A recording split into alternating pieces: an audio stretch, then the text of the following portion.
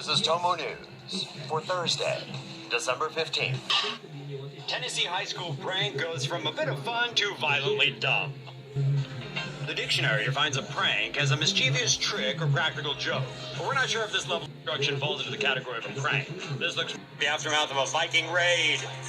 The Sequoia High School evidently have some tradition of pre-graduation pranking. And this year's prank seemed to start out harmlessly enough, with the majority of the damage involving glitter and toilet paper, but boy oh boy, things escalated fast. Out-of-control student vandals peed on walls, left dead animals in the hallways, dropped goldfish into toilets, and pretty much ransacked the entire building, inside and out. Students set booby traps over doorways, put marbles and baby oil on the floor so that people would slip, which is, of course, very, very funny. The school principal was highly displeased. Actually not. He allegedly gave the vandals permission to go on the prank raid. Police officers stopped by during the prank, but reportedly stopped. An off-duty cop who was working as a security officer at the school allegedly assisted the vandals by carrying their supplies into the school for them. After the dust settled, about 100 seniors were banned from attending their graduation ceremony. Principal Gary Cole was suspended with pay as the school board decides his fate, and considering three teachers filed workers' compensation claims after they fell and hurt themselves, his job isn't looking very secure. The security officer was also fired. Did you pull pranks in high school? Were they anything approaching this level of mayhem? Doctors grow patient's ear on his arm. A Chinese hospital is in the midst of a most peculiar feat, creating a human ear almost entirely from the human body alone. According to Chinese state media, plastic surgeons in Shanxi province have grown an ear on a patient's arm after he lost it in a car accident 1 year ago. Several months ago, a dilator was inserted into the man's right forearm. The arm received daily water injections to create a thin and stretched layer of skin. Next, the hospital removed parts of the patient's rib cage cartilage and then modeled those into the structure of an ear.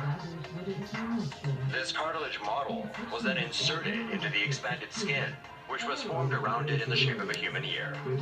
The next part of the process, transplanting the new ear to the patient's head, will take around 3 or 4 months.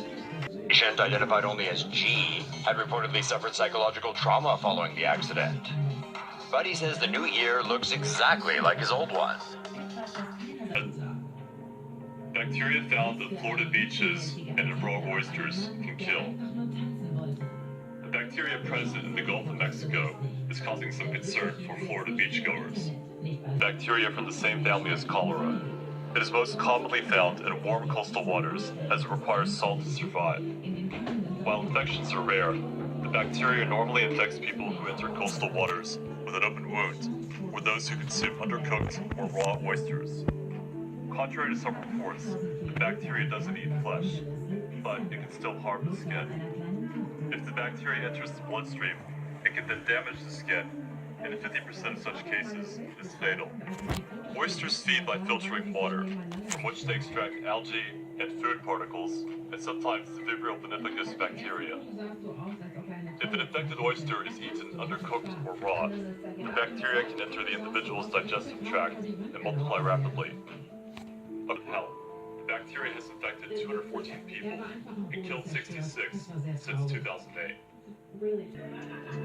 Baby abuser goes free because of legal loophole. A babysitter accused of assaulting a 1-year-old might escape conviction because his victim can't talk yet.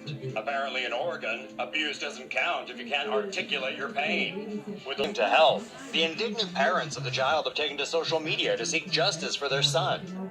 Back in March, Joshua Marbury and Alicia Quinney went on a short date, leaving their son Jacob in the hands of a family friend.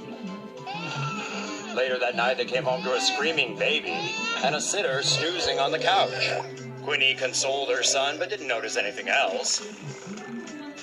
The next morning, she was shocked to discover the baby had a black eye and several bruises on his face and body. Jacob was rushed to the hospital, where doctors pointed out handprints and said the 1-year-old could have been killed. The couple confronted the babysitter, who said he accidentally dropped the child, before finally admitting to striking him across the face. Armed with a confession, the couple turned to the cops, hoping for a conviction. They were denied on the grounds that Jacob can't actually speak, so he can't say he was abused. Oregon law states that welts, bruises, and shallow cuts don't count as physical injury. Victims must suffer substantial pain for it to count as abuse, which is difficult to prove for the very young or impaired. The only hope now is for the Oregon Supreme Court to change the law, something Jacob's parents are aiming to achieve with enough support. Woman in recovery after plastic surgery, beaten. Yang, a 20